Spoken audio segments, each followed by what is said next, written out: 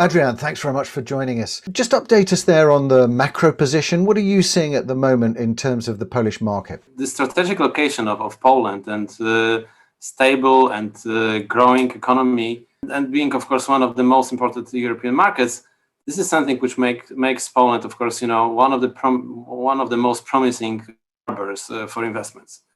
And this is actually quite interesting when you look what has happened over the last even 30 years. I just have seen a new statistics which shows that Poland is second after China in terms of the per capita GDP growth from 1990 to 2019, and the strength of Poland is actually quite visible right now with growing exports, even amid pandemic, with the investments which are actually coming into Poland from different regions. As a matter of fact, we have the lowest unemployment rate in Europe. So this is showing how strong Poland is. And again, I'm maybe now comparing us to China, but this is quite similar, that we have still competitive labor in terms of the cost, and this is one of the strongest drivers for many countries to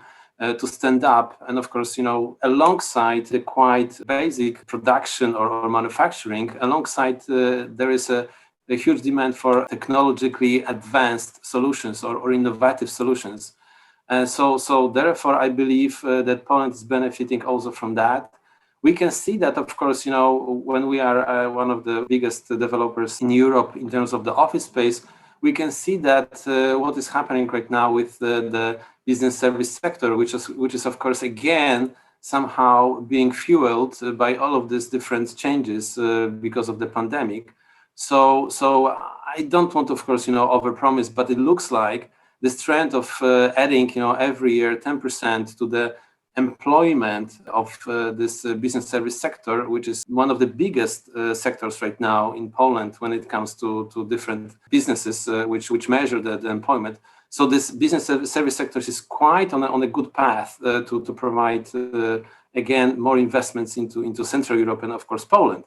So therefore, taking into account all of this, I believe that when you look for the next years, it's quite interesting that Poland is becoming, this country between Germany and of course Eastern Europe, and of course China, where China is right now having a bit of a hit on this broken supply chains.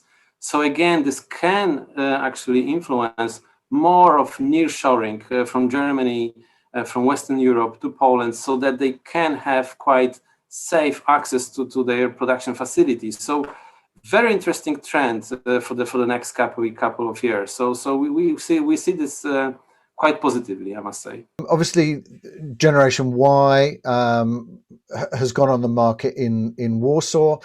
What's your expectations for that? How do you see demand for this type of product? We have this chance to bring to the market this high quality core product, which of course in all of the markets has seen very deep liquidity. When you add to this the fact that it is leased to partly state-owned institution, PZU, for 10 years, it of course provides for quite stable and long-term investments when it comes to an alternative investments on the market. So I believe this is something which is comparable to the bond, and it should attract quite a lot of capital, which was, of course, evidenced last year in 2020, where the major stake of the transactions has been represented by this core office product. Really interesting to catch up on the market. Thanks very much, Adrian. Thank you so much, Richard.